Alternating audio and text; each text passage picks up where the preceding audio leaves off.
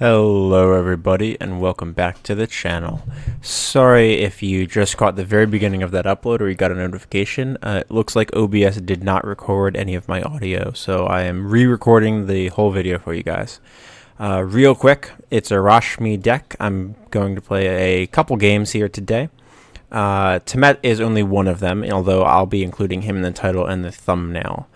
So it's a pretty interesting list. I've leaned heavily into the artifact build for Rashmi. I think she lends herself to quite a few different builds potentially, but I've chosen artifacts because I think the best way for Rashmi to function is having a fat low end, so lots of 1s, 2s, and 3s, and then a more sparse top end. You'll see how I have it spread out some between the 4, 5, 6, and X spells. Keep in mind, if I cast War of Invention, say X equals 4, the CMC on the stack that Rashmi cares about is then 7.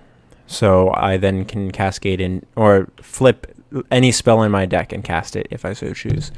4 is one of the better numbers for War of Invention. Naturally, if I were for like Lotus, fine, alright. I'm going to be able to get any spell and then get any 6 is the highest artifact. There's a very interesting land base here. So in addition to 3 farce, 8 islands, all of the blue-green fetches, blue-green shock duel, the good duels, the rainbow lands. I'm even playing a Temple of Mystery. I'm playing 1 artifact land. I'm playing Academy Ruins to combo with Mindslaver. If you're not familiar how that works, every turn I put Mindslaver back on top of my deck. With Academy Ruins, I cast and use Mindslaver. To do that combo, you need a total of 2 plus Academy Runes. So, assuming it's all lands, let's say, that's 3 and then 10 to be able to cast and use Mindslaver. That said, at the point that is happening, you will never not have Artifact Ramp in play in some form. So, and typically 1 Mindslaver activation should be good enough to secure the game for you, because if you think about it, Mindslaver isn't just a Mindslaver where you get to wreck your opponent. It's also a time walk for yourself, because you get to effectively take 2 of your own turns in a row without your opponent interacting with you. So Mindslaver happening once usually wins the game, but you can establish a lock with Academy Ruins if they're being persistent. You just got to be careful about time at that point. Other than that, it's pretty straightforward mana base. And I've added the visions, the amulets, the diamonds, the ever-flowing chalice, because even though it casts for 0, it still draws a card off Rashmi. So at worst, I can cycle this if I just need to draw a card. Ideally, I want to kick it at least once, so that way it's a Mind Stone at worst. It's a slightly worse Thought Vessel. No max hand size is relevant for this deck because of how many cards you will draw off Rashmi. So we're playing Reliquary Tower, Expedition Map to go and get it if need be, and the Thought Vessel. Furthermore, we're playing a Nephalia Academy because I feel like it's definitely the right deck to test this in. Because if my opponent calls me to discard a spell, I may choose to put it on top of my deck and then cast some other instant during my end step of my opponent's turn, and I might get whatever spell they made me discard for free with Academy in play. So I think this is the right deck to test this type of card in, because not only does it prevent discard really affecting me too badly, I can keep the stuff I care about, pitch the stuff I don't. There's an upside of it working well with Rashmi's ability, and I think that's sort of the tipping point for a card like this. Still, I need to do a lot of testing. I need to get quite a few games in where I get this and my opponent calls me to discard something, and we'll see how it functions. But the reason I get to test it out in here is because the deck is so generic mana heavy. I get to play a little bit more on the non-basic train. I get to play the Academy Ruins, the Wreck Tower, the Academy, the Inventor's Fair, the Wasteland, which I would play no matter what, the Ancient Tomb. But I get to play a little bit more of the generic mana or colorless mana producers for all of these generic spells, rather than having to have all of my lands produce colored mana or do something very, very powerful. I can skimp on some of these effects. Inventor's Fair is very, very powerful, truth be told, because it can go get Mindslaver on my opponent's end step, I untap and kill them. So definitely a fun deck to play. And it's a pretty straightforward. I want most of my spells to be able to do something other than just counter, because if I flip into them, all right, I'm still drawing a card that is a counterspell. Not a terrible thing to do, but in an ideal world, let's say I flip into an unsubstantiate when I'm casting a spell. At least I can choose to bounce a creature also if I don't care about countering or they have so much mana. At least I got a bounce spell out of it. Or something like, what's a good example? Not Stoic. I don't even think I'm playing Cryptic Command in here because it's so blue heavy, and the deck isn't that good at producing triple blue, and the less triple blue spells I have, the better. But I think Unsubstantiate's a fine example. So definitely a great deck to play. I'm still very rough. Still testing it a lot. I think Bribery is worth it just because there's quite a lot of decks where you Bribery and then you auto win because they cannot beat their own creatures. So let's jump all the way down. I'm going to go through these games nice and quick. Sorry about the confusion. I know I messed up my editing on the old video. I had a whole card prepared with all of my social media links, all of my Patreon stuff, so that way you guys could all see what it is.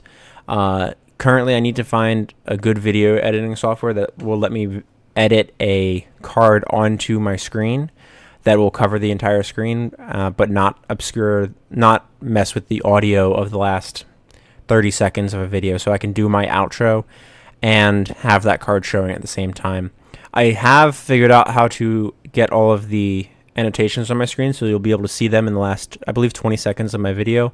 The bottom right, there'll be a link to my Patreon if you want to check that out. The bottom left will be a link to subscribe to my channel. If you're not yet subscribed, you can always click it and be able to stay up to date on all of my new videos, and then links to a couple of the videos that I have on my channel. Alright, so I win the first die roll, and this is the Elvis player, so this is not the Temmet game. My opponent is playing Saskia, the Unyielding. Alright, the non-blue, and I'll play blue against him. I have an iffy opening hand, but I lead on Ancient Tomb into Wayfarer's Bauble here, because if I lead Wasteland, my opponent might play around Wasteland. I want to be able to get them with this Wasteland, because I can go Ancient Tomb I'm going to have Bauble on turn 1, and then I can crack it on turn 2 off this Ancient Tomb. That means on my turn 3, I'll have 3 mana, and my opponent will have 1 mana at that point, assuming that I have a Wasteland target. So I'll be way ahead on tempo as far as, or mana production and development as far as it goes. So I want to be able to do that. If they have exactly Wasteland, which is the only land that punishes me for playing Ancient Tomb first, I'm in terrible shape. But if they have any other non-basic that they play turn 1 and have no turn 1 play, I'm in the best possible shape. So I'm going to gamble a little bit, play the Ancient Tomb, and because I have this As Foretold, I'm not really worried about colored mana. Wayfarer's Bauble, pass. Not a Wasteland. Alright, so I'll waste their Stirring Wildwood, and I'm going to just plan on cracking Bauble right now for blue mana, because I didn't draw an island. Of course, I'm then immediately punished by drawing another of my 8 islands. So it would have been nice to be able to play Rashmi here, but I'll have to settle for As Foretold, which can be an unsubstantiated amount of mana over the course of the game. My opponent, Hymn to Torix, away Tezzeret and Sylvan Library. Brutal hymn, you would think. But in this sort of situation, I don't feel too bad, actually. As long as I can hit green mana here, I can play Rashmi out. My opponent will play land. Then I can play out... then I can just sit on mana. And Cyclonic Rift Saskia, when they go to 4 mana, try to put Saskia down. And so I'll go Rashmi this turn if I hit green. They put Saskia out 2 turns later. I rift it, and then assuming I keep hitting my land drops because I've been getting spells off Rashmi, or mana off Rashmi, I'll be able to Amnesia Saskia away. I get the green mana, so I'm going to lead the Rashmi out, keep blue up. As Foretold's not really representing anything, but I need to get card advantage here. I've got mana basically for the entire game between As Foretold and the Ancient Tomb. I can cast almost all of the spells in my entire deck, Amnesia being one of the very few spells that I can't until I get another mana source. Rashmi is going to be card advantage, so I'm really hoping my opponent doesn't have a kill spell here. They tap 3. I see this mana, and I know it's Vindicate. I know Rashmi's gone. And they destroy As Foretold instead of Rashmi. And I think they underestimate how potent Rashmi Eternity's Crafter really is, because I already have the mana. The damage is done. Astrotold was just going to be gravy, but I don't have cards. They're ahead on cards. They're going, as long as they have lands in their hand, they're going to be able to make their land drops fine and catch back up, because their hand's gas. I have no gas left. Rashmi is the gas recovery at this point. So I'm just going to get him for 2. Temple Garden, untapped. That looks like... That's not Saskia. That's a Loxodon Smiter. Feels pretty bad that I'm going to have to take this line on a Smiter, but I'm going to still take it because I want to keep drawing cards. And that means casting spells as often as I possibly can. So I'm going to Amnesia them despite the fact that they're going to be able to put that Smiter back into play. I used the Psych Rift because I just wanted to cycle it effectively. It also allows... I should have attacked first. I didn't think that through. So I'm really hoping to hit any mana artifact here so I can keep this mana leak. So I missed 2 damage here. I get Metamorph, but because I played Seed of the Synod, I can copy that. And I hit ton of gas in their hand. Chandra, Even Mind Sensor, Jitte, and they have a Stomping Ground left. Fine by me. Alright, my opponent then scoops the game. So I really don't think they were dead yet. They can untap, play Saskia. I naturally mana leak it. I don't actually know. I didn't check what I was going to draw. We know they have Stomping Ground, so they'll have 5 mana. Assuming this coming turn or the following turn they draw a 6th mana source, they'll be able to then replay Saskia and try to keep getting in for damage. And they do have a 4-drop. I've been damaging myself with Ancient Tomb. I really don't think they were dead yet, but they decided to just pack it in the face of Rashmi value. All right, I'll take the W. All right, and the game against Temmet. Here we go. Let's see. The Mr. Legend Dave. You got it, Mr. Dave. I see a nuts opening hand. I have a Perpetual Answer to Temmet or his token. I have a Force of Will for any potential like turn 1 or turn 1 Mox Diamond into a 2-drop shenanigans. I have Mana Ramp. This hand is a definitely keep. Even though it's a little slow, I feel good with this Force of Will. I really don't want to have to lose Tezzeret for the Force, but I don't mind. They go tap land. I pick up Spell Snare. Amazing card in the matchup where my opponent has a 2-drop as their commander. But my opponent plays a non-colored land, and this sort of signals to me that they're color hosed at the moment, that they can't cast Temmet, because I would assume that their turn 2 play of choice is always Temmet. And they don't do it, which makes me think that they don't have it. And under that line of thinking, I decide that Spell Snare on the Signet is the correct line here, because it gives me time to develop the board state. I will win the late game against this deck. I have no doubt about that. I just need to get there, and that's all the Spell Snare is going to do for me. Sure enough, I'm right. My opponent misses their 3rd land drop. Fantastic. All right. So because I drew Ancestral Vision, instead of running the Shackles out here into potential counter magic, I'm going to run out the Coalition Relic. If it gets countered, it sucks for me. If it doesn't, I get to suspend this Vision. But if it gets countered, it means that there's less counters in my opponent's hand for Shackles. They're sitting on a hand of 6 non-land cards for sure. But I still get to just do what I do. When I see Shackles resolve immediately, I know they've F6'd for my turn, which makes me think that they could potentially only have 1 counterspell in their hand at this point, because they F6'd my turn when they had blue 1 open, or they have a blue-blue counterspell. So they miss their land drop again. Alright, so maybe they've drawn a counterspell this turn that costs blue generic. Not a lot of options.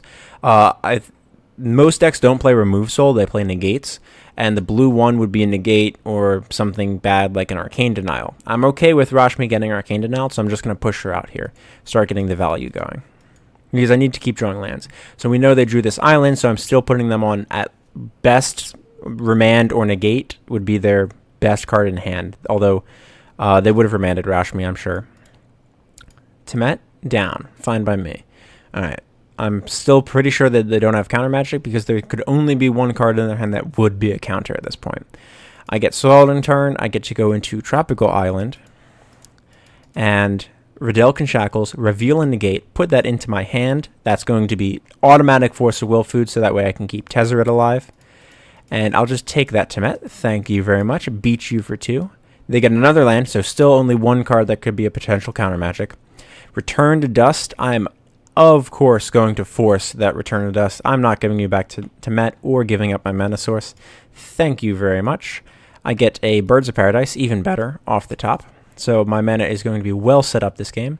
And I believe my opponent scoops in my upkeep. I think they had a stop set on my upkeep. This turn, I was going to be able to deploy Tezzeret, go into Winter Orb, and then next turn, I'd be, so 1, 2, 3, 4, 5, and then next turn I have Charge plus 1, so 1, 2, 3, 4, and untap Coalition Relic for 5 to play Freyalise out on my next turn. Even if I get nothing off of the Rashmi trigger from Tezzeret, let's say I get some generic 6 mana spell that I can't cast, I still get to go Tezzeret into Winter Orb, lock down my opponent's lands, charge Coalition Relic, totally tapping out, beat in for 4, putting my opponent to 24, and 4 and 2 Commander respectively. And then next turn I get to play Freyalise, put out an Elf Druid to start producing mana, and if my opponent ever makes a mana artifact to try to get out from underneath the Winter Orb block that I'm about to establish, I have Freyalise to destroy it. So match made in heaven right here, Freyalise Tezzeret Orb. Fantastic game. This is exactly how Rashmi wants to play it out, and I don't think I could have drawn this up any better if I could Demonic Tutor every turn. This Pithing Needle saves me from quite a few answers. I can name Moorland Haunt with it, so if a creature ever does go to their graveyard, I can keep them from getting a creature to beat down my Planeswalkers with. And soon enough, Freyalise is going, if they don't get an artifact, I'm going to go up, up, up, and then cash her in for 5 cards off of Rashmi, 3 Dorks, and a Birds. And with the amount of mana that I would have then produced, untapping my blue lands as I go, I don't think my opponent can ever come back from this. If I get Freyalise in play, I think the game is well and truly over. Definitely enjoyed the game. I really enjoy playing Rashmi. Like always, don't forget to like, subscribe, and share the video to anyone you think might enjoy my content. There's links on the screen now if you want to support me on Patreon. Throw a little bit in the hat. I'm going to have some exclusive videos going up there very soon. Probably more proper videos as well. And if you want to subscribe to the channel, you can support me by clicking that subscribe button and keeping up with my content. I really enjoy it. Let me know in the comments down below what misplays I made, what ones that I didn't point out. This format's a discussion, guys. I like having a discussion with you. See you all in the next one.